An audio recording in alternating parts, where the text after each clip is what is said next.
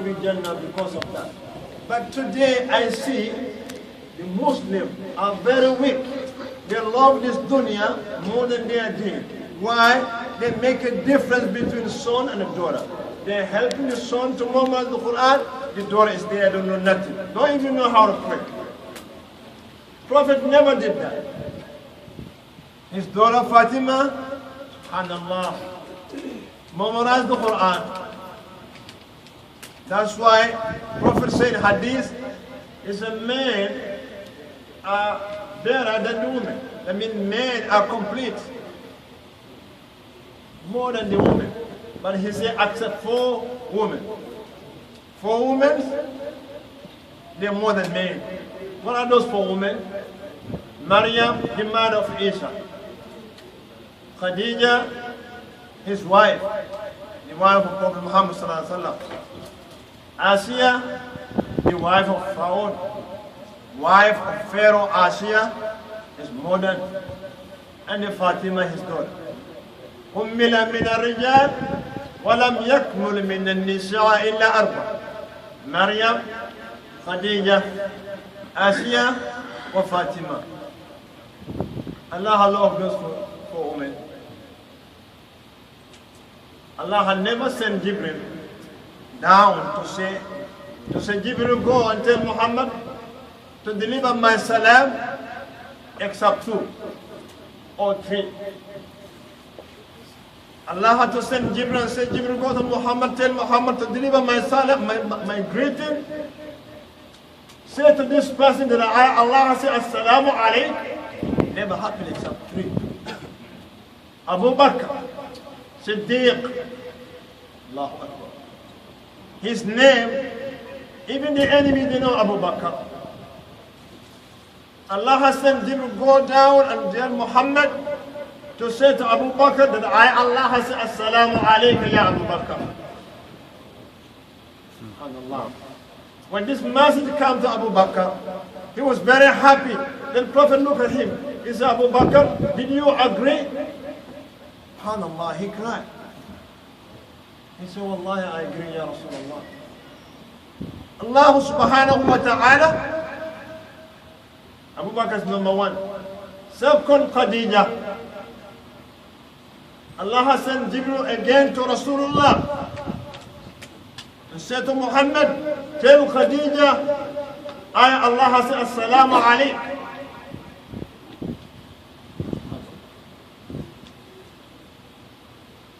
And the Prophet said the same thing to Aisha also. What am I saying like that? If Obama sent some letter to one of you, this letter came from Obama, Barack Obama, the President of the United States, to you, I say hello to you, he will dance all night. That's right. He will dance. Maybe his family gonna say, what happened to you? I received a letter from the President. Who is that President? Obama, the poor man in the White House. But Allah subhanahu wa ta'ala, the owner of this life and hereafter, choose Abu Bakr and Khadija and Aisha and say, Assalamu alaikum. But Abu Bakr was fearing. Even though he knew that Allah agreed for him, that he's going to be Jannah, but he was scared. Why he was scared? He said one day, he said, Wallahi, I, Abu Bakr, will never believe. Even my right foot is in Jannah, the left is out. He said he's not going to believe that he is from Jannah. He's scared. This is scared from Allah. And he was somebody he prayed one day. You can't find him one time, pray with Jama'ah. Zuhur, the same thing. Maghrib, the same thing. Isha, the same thing. He fasted Ramadan. After Ramadan, he say, I'm from Jannah. I'm okay.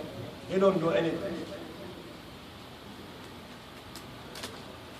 What I'm saying right now, I don't want to waste your time. The Quran is the best book to Allah. Allah love it. Even though you open up the Quran like that and look at it, it's a blessing. If you recite it, it's more than that. The person who don't know how to say the Quran, it's hard for him. Allah will reward him 2 times.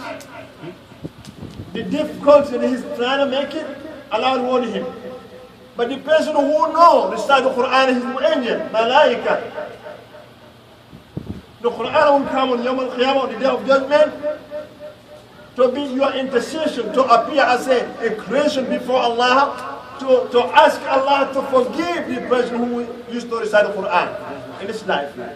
Quran will never leave you alone until he puts in Jannah. Quran, that you put it aside in your house, you don't look at it.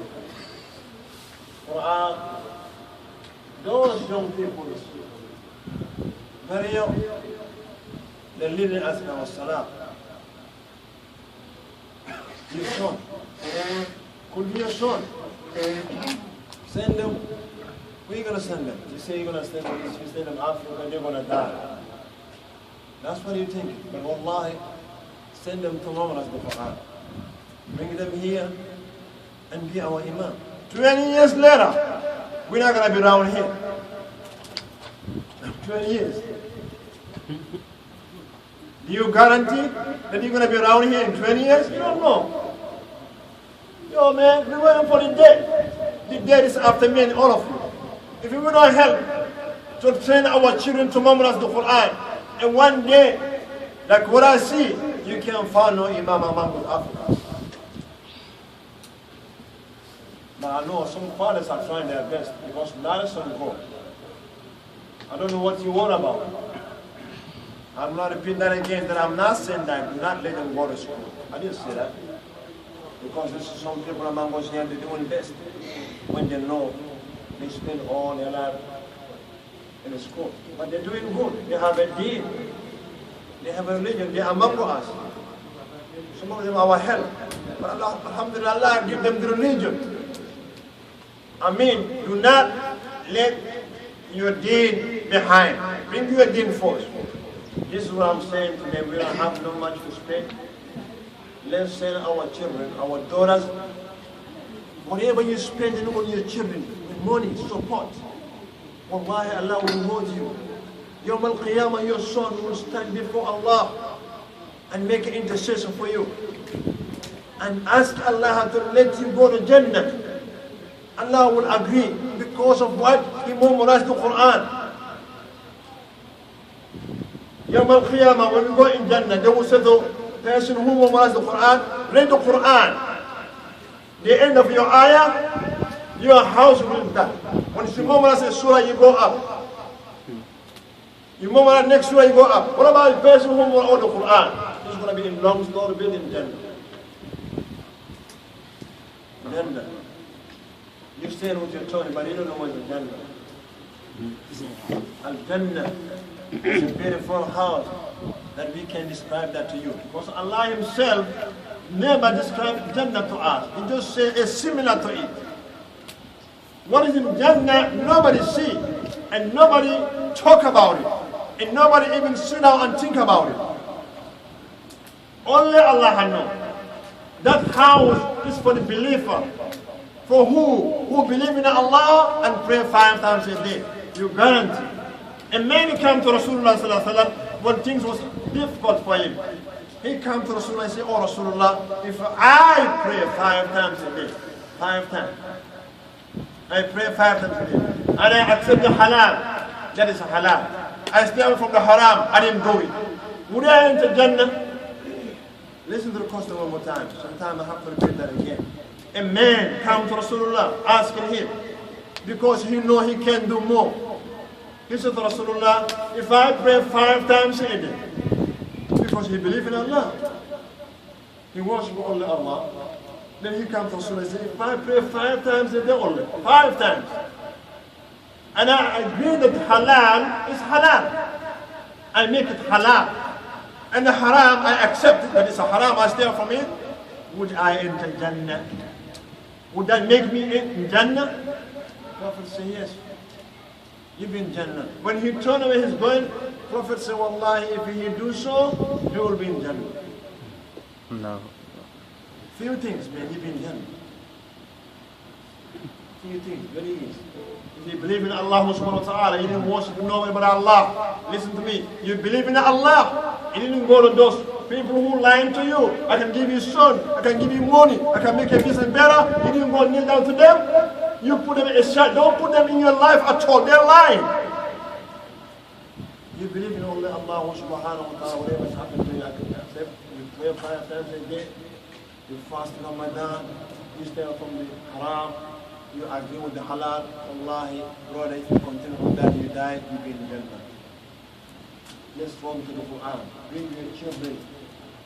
Sometimes it will be hard for them to know how to recite the Quran. This Muhammad and Abdul Bashir, those who come here night prayer, or even Django, they all start with me. They're my students. When Django was doing good, his father sent him back home. Abdullah told him, but no, Allah gave him help. His son Django started with me. His father see that he's got a good mind. He sent him back home. He spent nearly 6 years there. Now he cut the Quran. Listen to him, how fast it's going. Omar is our brother's son. Omar Haidar is Mahdi Haidar's son. He born here. His father sent him back home to memorize the Quran. He came, alhamdulillah. He's good. Muhammad Jaiti and Abdul Bashir, who come here not pray, they start with me and visit the Quran. They grow up with me in masjid. They don't know anywhere. They walk up from their house to our masjid, 175. Everybody know him. Everybody know them. They have been in the masjid all day. They finish the Quran. They even memorize it. Even though they didn't go to Africa, but they grow up with the Africans. Let's be jealous. You know Surais and Suraim, Huzaifa, they all start like that. Surais is a young boy. Suraim the same thing. If you look at them, they are very young. Now they're fighting for the Quran. Where's our children? Where's your children, your child? You're going to keep him with you here, just look at his face, my son, you don't send him to memorize the Quran, you're going to be loser one day. Allah accept our fast.